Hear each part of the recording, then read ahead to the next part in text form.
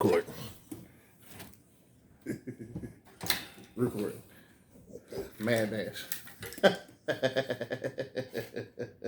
Don't start that nonsense. My bro showed me that. What is that all about? We gonna be alright. What is that all about? Dude, chill out. Go on, what you doing? You wasn't even recording when I was doing that, bro.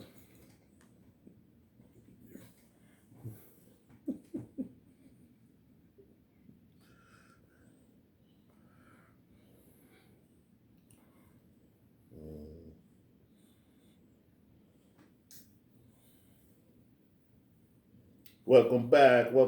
It's your boy Rev G It's your boy A Hawk, man. in the Biblical Barbershop, Biblical Barbershop, baby. Man, we been missing y'all, man. Let's get a word of prayer so we can get it on in today.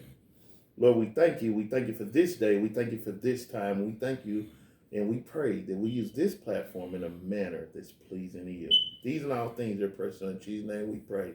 Amen. Amen. What we going to be talking about today, bro? Man, we want to talk about the parenting pandemic. The parenting pandemic. We with everything that we see going on with our young people in our city, and some of the deaths and violence that is coming out, and some of the people that we speak to during our mentoring and so forth. We just felt like it was important to address parenting. Yeah, I was thinking we can probably turn this into a series. Yeah. Because I think it's a lot that goes into parenting. Man. And I don't think people are like initially prepared to parent straight out the gate, you know what I'm saying? So this is, I won't say advice. It's just a little experience from what we've experienced growing up. Yeah, but not just that. I think, that's good. I think advice, counsel, I don't know.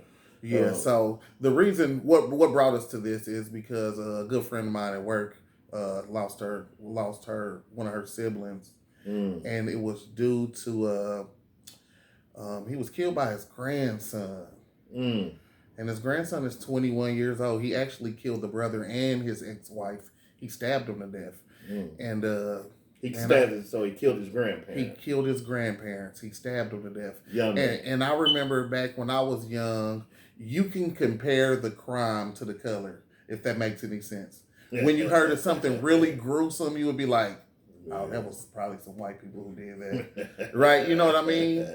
But more and more, as the times are going by, some of these crimes, you really don't know who committed them. More and more. Yeah, you know what I'm saying? So it's, which is probably a bad thing that we used to do that, but at the same time, it was kind of lanes that our people kind of didn't, kind of go down that road, you know what I'm saying? But more and more, the lines are being blurred. You hate to hear anybody dying or any type of murder or super crimes like that, but it's like I said, the lines are getting blurred. Right. So, I mean, based on just experience, or I wanted to ask bro, because, I won't say he's an expert, but to me he's an expert because he knows a lot. What do you think is bringing these young men or women, whatever the case may be, to the point of just murder and just... I think if I say it, I mean, like you said, it's a big, that's a big target to try to hit. Yeah. But I would say if I had to say one thing and I had to say something that was very potent in that situation, I would say our removal of Jesus Christ and God and faith in our life in general has created this space of where you say lines are blurred. I would say we don't have lines anymore. So we when you don't have a moral compass, then you don't have any, there's no real standards of anything. Right. And then if I don't believe in God and in a creator, then I have no problem with destroying his creation. Right. I remember growing up, there was like two things that you killed over. Okay. If somebody messed with your family, somebody to protect your family, right, at all costs, and your parents. Mm-hmm. But other than that, there wasn't really killing was like the last thing that we were thinking about. But with our homicide rate being, through the roof for the past 10 years, really, it's like murder is the first thing on their mind. You get what I'm saying? And it's like, I know people go through stuff, because we all go through stuff. We've been through turmoil. We've been through poverty. We got a lot on our plate as a black community as a whole.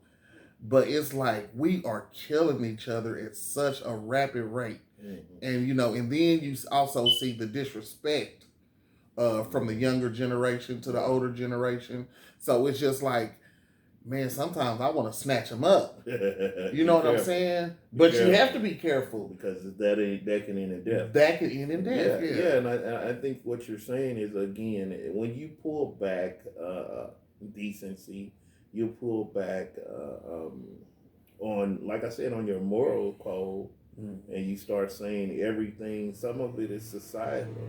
So we've embraced this idea of F everybody except me. Right? Wow. Family is just me and mine, and I don't care. And so if that's the attitude that we embrace, I mean, even in everybody's pictures, they put up the middle finger, which is, I thought, universal for F you. Yeah. So it's like if everything that we're feeding, we're consuming is about F you, it's all about me, then when it comes to killing you over disrespect or F you, you're not me. Yeah, so it's not going to take a thought to do it. So it's not in thought. And then, like I said, when we talk about a moral compass, to say these things are too far, we have gotten into society where nothing really is too far. Everything is risque. We came up in a different time where, I tell people all the time, when I was young, like, you never seen a husband and wife really in bed together. Right. Like you talking about as far as TV is concerned. As far as TV like and even in movies for the most part. Right. It was assumed that they went and the lights go out, and then the next morning you see her making breakfast in a nice robe. Right. So that was modesty, right? Right. Now, I mean, you could turn on TV at 10 o'clock right now and see somebody getting down on network TV. Right, and that could be male or female. Woman. It's everybody. Yes. So it's the more we get risque, where everything is just easily consumed, then you also put the violence in such a way where it used to be, you would see a little this and a little that, where, you got movies where you see blood, guts, you used to have to, Faces of Death. Faces of Remember, Death. you have to go see Faces of Death. Yeah. Right. And different things. Now that kind of stuff is shown on the local news. Or I mean, you get on Facebook and you see it. I think I read something today. TikTok is trying to take down these videos because they got a suicide trend going. Oh wow! Right, and you see videos Facebook Live where somebody gets killed, shot. Yeah. In our city, you got people that ride around, call themselves helping. Yeah. And try to get to crime scenes before the police so they could take pictures of a deceased person laying on the ground and talk about check on your people. Yeah. All these kind of things makes you desensitize yourself. Okay. To the gruesomeness of this happening around you, and because it is gruesome, right? It is gruesome. It is something. It is traumatic. Yes. And I mean, you can add. So we add that to the the police camera footage of them shooting somebody 7 times in the back, or putting a spit mask on the guy and pressing him down to the ground till he dies, or you know what I'm saying, George Floyd, you got your foot on his neck till he died. Or we see all these things, and it's traumatic, and it's. But then, as we get into our topic, we say, how do you parent your kid to not be desensitized to murder, desensitized to create a situation where disrespect is the rule versus not. We're talking about. So, do you think it's possible? Do you think it's possible with the 24/7 mobile device that you have in your hand? Yeah. With the outpour of media attention, with the video games. I don't want. I love rap music. You know what I'm saying? It's my disclaimer. With the music though, with everything being like you said, the middle finger. You know what I'm saying? With everything being F you and it's all about me. Right. With all that going on in the world, I'm with you.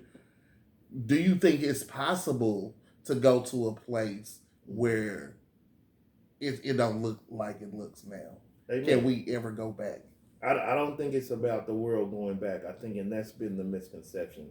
It's always been about my home, and as we are disciples of Tony Evans, and he's heavy on your realm of influence, right? And you can create a community. You can create a whole different lane, right? Just based on what you do inside your home and the people that you have your realm of influence on. Okay. So I would say our kids, if we talk realm of influence, it starts with the people in your home. Okay. So I think when we talk about media, so you name video games, right? You name cell phones, right?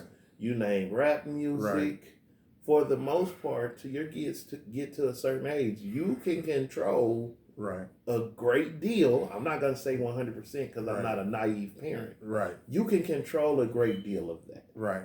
Like, because you can limit the time on it. If you don't control it, because even when they get on it, they could go sneak real quick because they're more tech savvy. Right. We call them screenagers because they were born. Oh, I like that screenagers. Screenagers. They were born with a screen in their hand. Right. Like somebody was talking the other day, a 4-year-old can't read and write good, but can find everything they want to find on YouTube. Well, that's because you can just talk to it. Well, whatever the case may be, that's the technology. You understand what I'm saying? Mm-hmm. So you can limit the time to it. Right. You can be over the shoulder. Right. There's standards you set in your house. There's standards you set with the music. You have to look at stuff like that. But it also, I think if we talk about parenting, you got to look at how you live your life in front of your kids with all this stuff. Because that's what people, they hear what you say. Right. And they watch what you do. Right. So do you think we use different methods, like I did name the cell phone and video games? Mm-hmm. Do you think we use those things to blame other people for our lack of things that we are doing personally in our households? If we talking about parenting, I would say, like I said, your kid, who told you a kid needs a cell phone at 11 years old? Who told you the age that your kid needs a cell phone? Like, I know 8-year-olds, 6-year-olds got iPhones. Yeah. Why? Yeah. Now, I'm not, let me be clear. Let me put a disclaimer out there.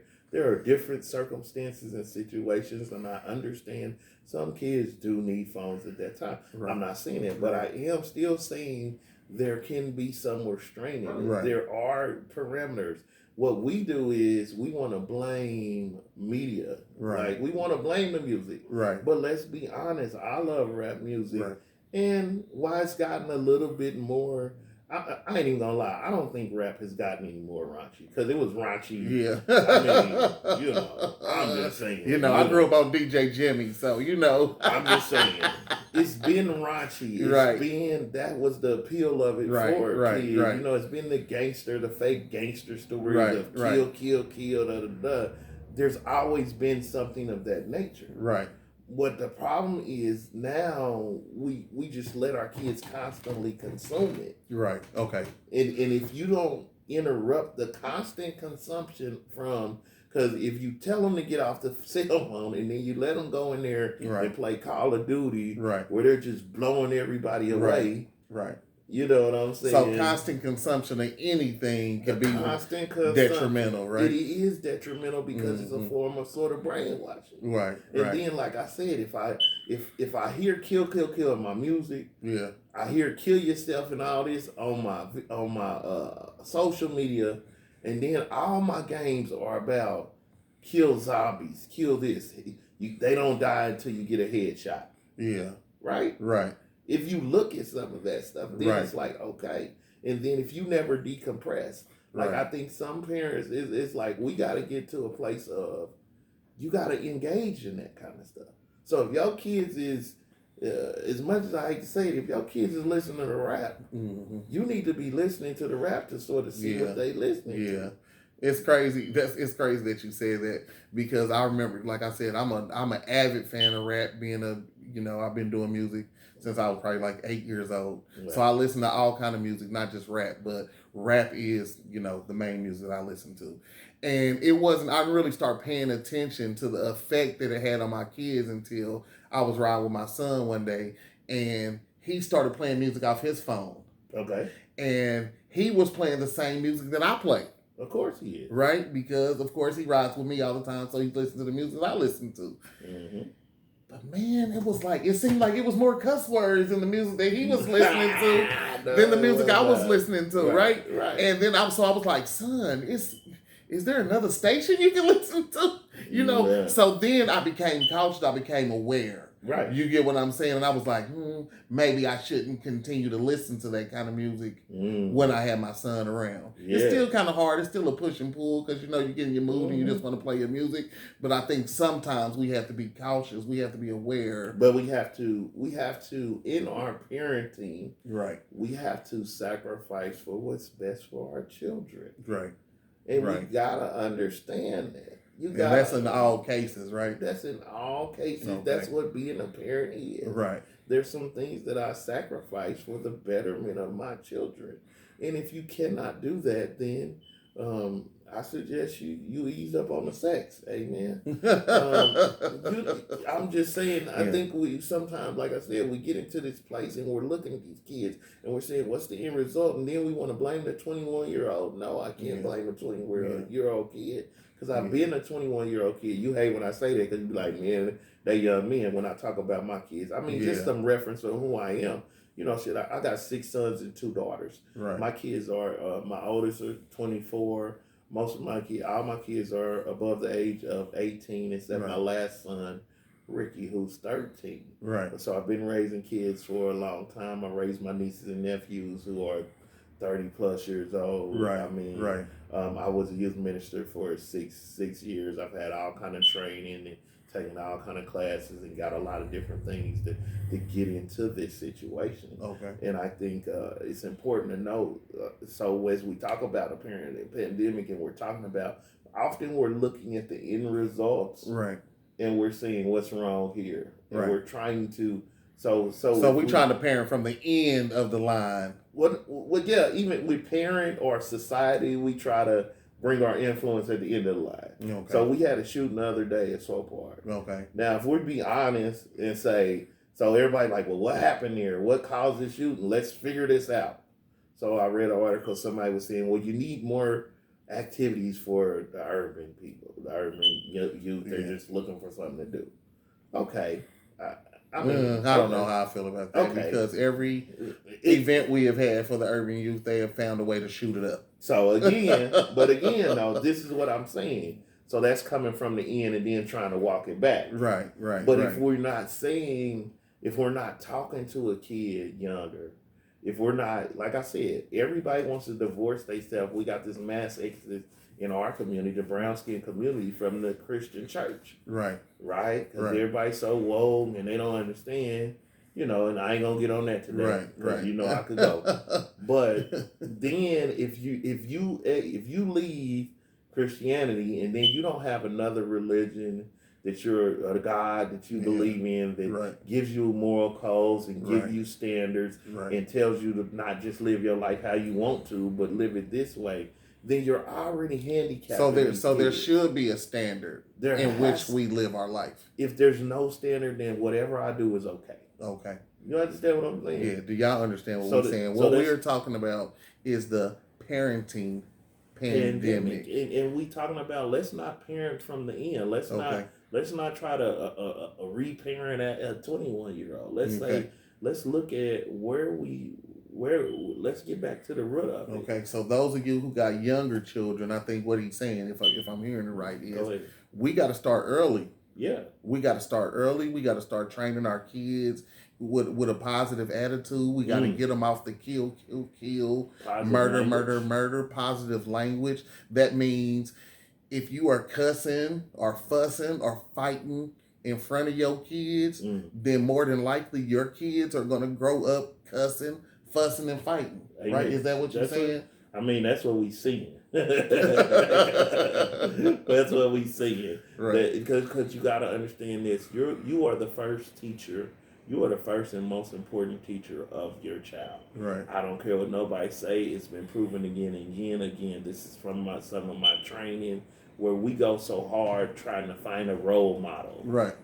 Athlete or a singer or something. And if you talk to kids, 9 out of 10 kids, the most influential person to them is their parent.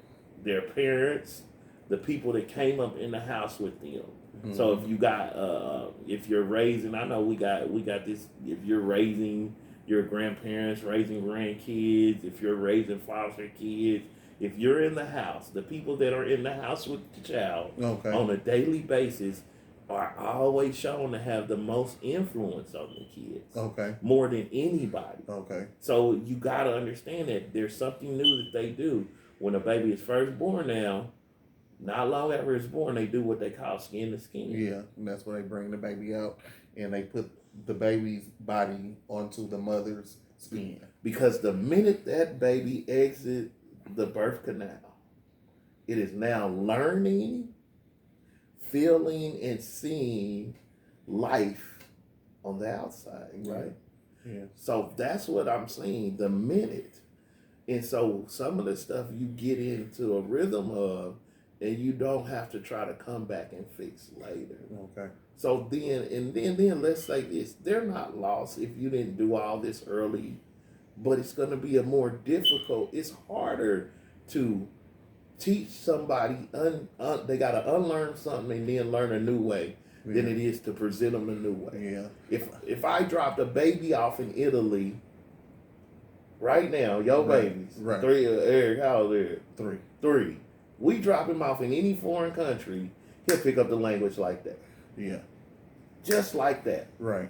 Because he hasn't learned all this English and got to unlearn it. He's learning. Right. You understand what I'm saying? Yeah. Now, you and I, we going to go over there and we going to be looking at him like, Eric, what they just say to us? Tell them this is what we saying. Right. You understand what I'm saying? Right. In a matter of 6 months to a year, he can pick all that up. Right.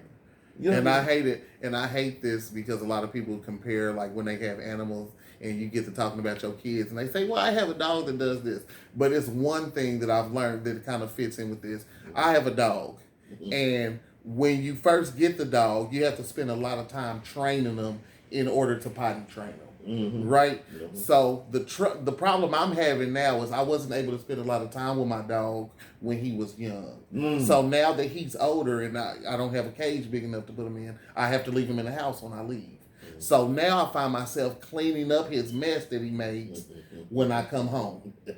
Right? Yep. Because I didn't spend that time with him when he was young and train him not to use the restroom in the house.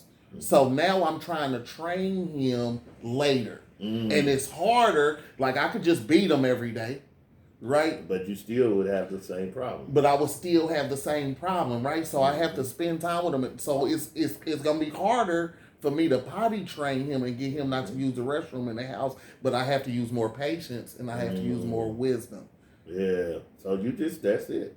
That's it. If we look at it, and I think that's what we have to look at. And I think we have to look at our older young people. I call them kids, but our older young men and women who are of age of I don't want to say legal age, but of an age of, the Bible call it an age of accountability. That's what I'm going to call it. Okay. So our age of accountability. And I'm going to say, that's different for different people with their mental development.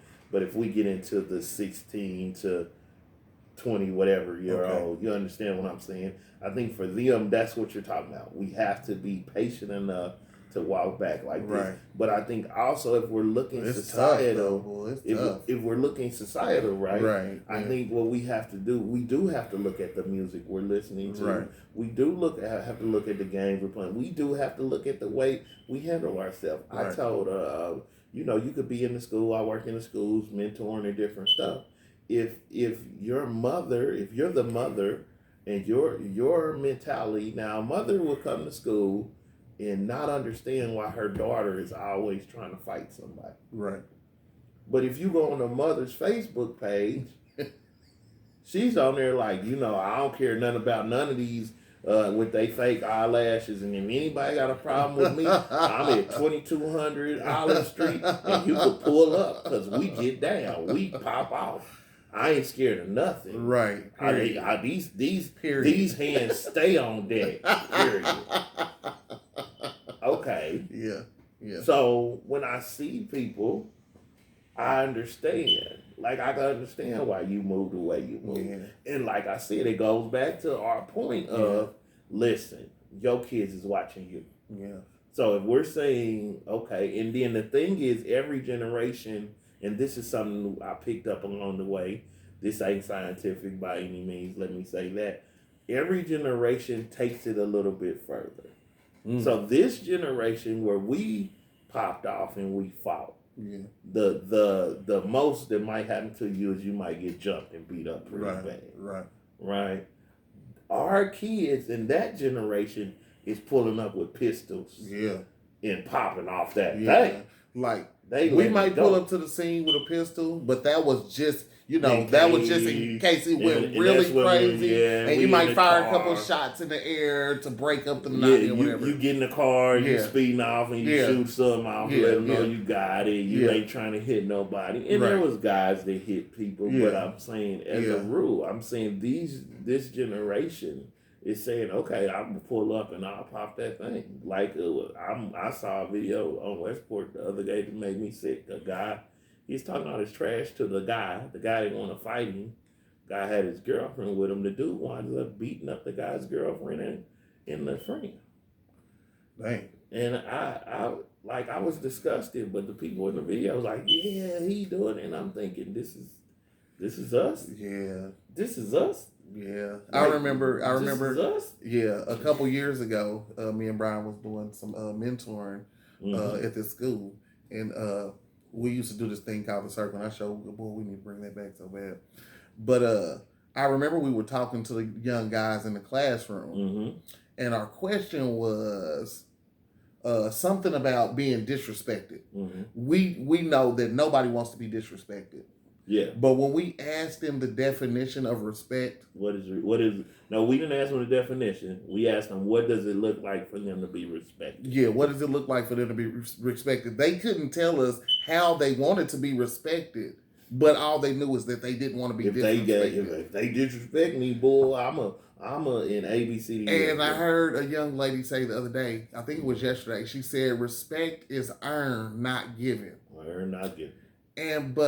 But I don't remember if it was like that when we were growing up. It seemed like my mama told us, whenever you walk in a room and there's an adult in there, you be respectful when you speak. Listen, it was not. If you want to say it was earned, you earn respect by your time on this earth thing. Right. Okay. So when we came up, like you said, you had to respect all adults. Right.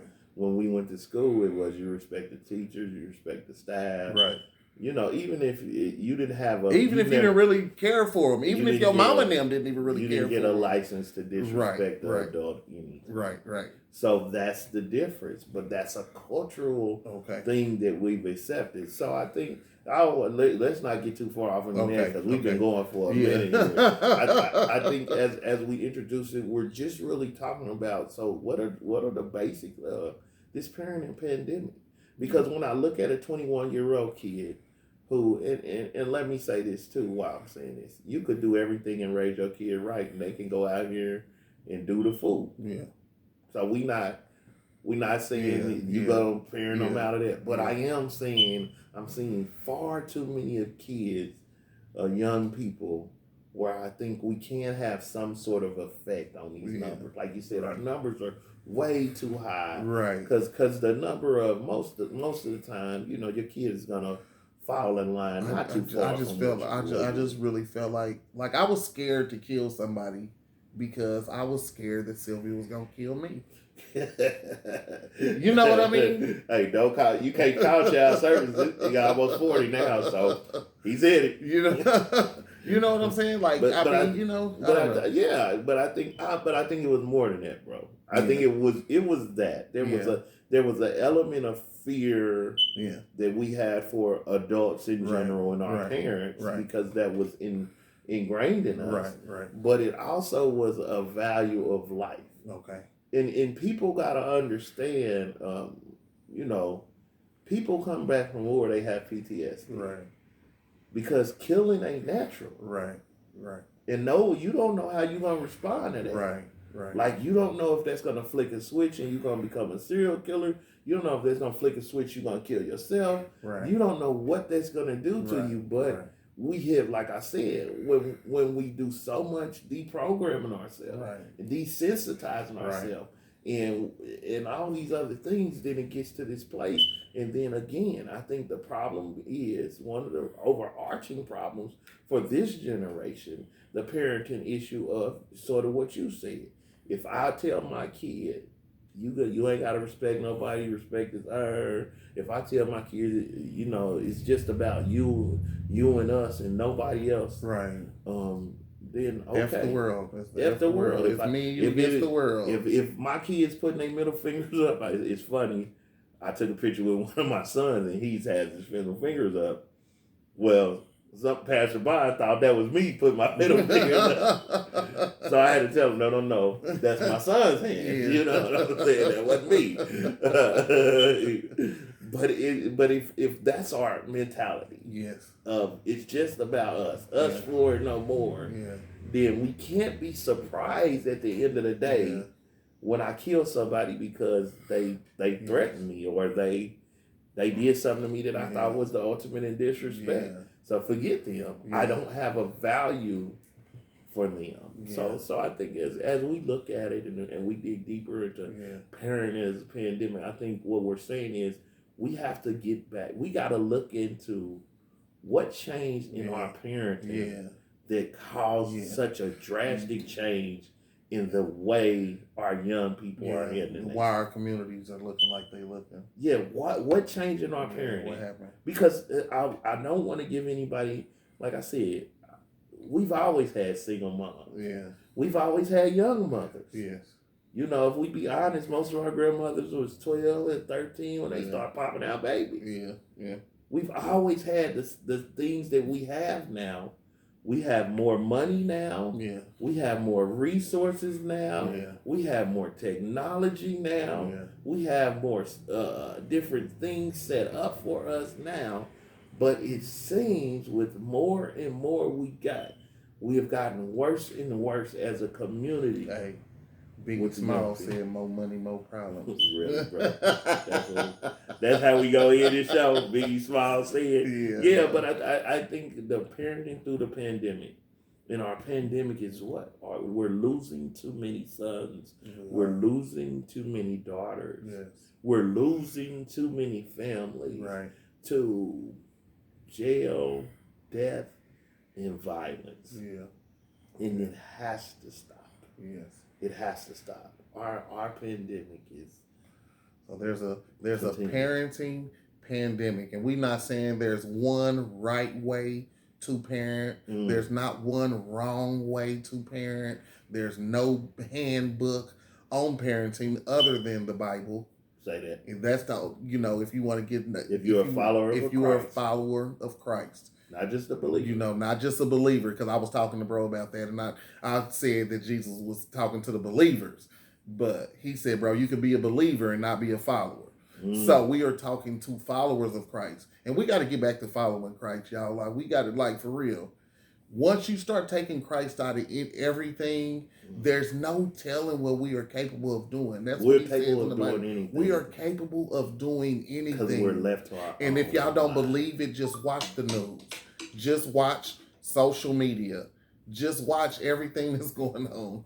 And you will see that the lack of Christ in these situations, I mean, it's just evident. The lack of biblical living, biblical character, biblical code, and biblical influence is killing us, literally. That's good. It's killing us, literally. It's killing us.